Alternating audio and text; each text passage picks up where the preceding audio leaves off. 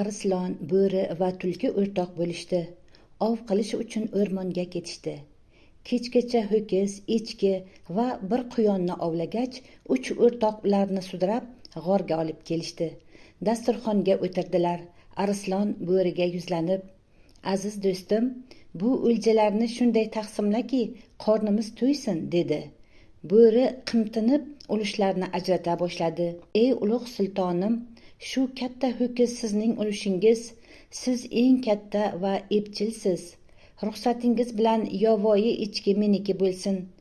Do'stim tulki semiz quyonlarni yaxshi ko'radi, quyon uniki." Arslonning bu gustohlikdan jahli chiqdi. "Sen bu yerda kimsan o'zi? Unutmaki, o'rmonlar qiroli huzuridasan. Men borman, menga ulush bo'lib berish sening ishingmi?" deb zarba berdi. Notavon bo'ri yerga cho'zilib qoldi.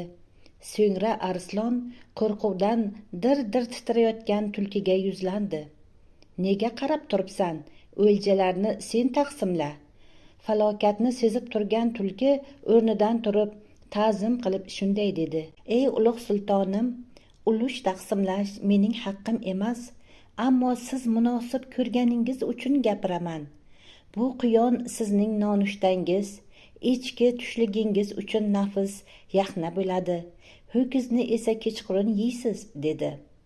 Arslon juda xursand bo'ldi va tulkidan so'radi: "Bunday oqilona taqsimotni qayerdan o'rganding?" Tulki bo'ynini egib, jonsiz yotgan bo'riga qarab qo'ydi va "Mana bu haddini bilmagan bo'rining holidan", deb javob berdi.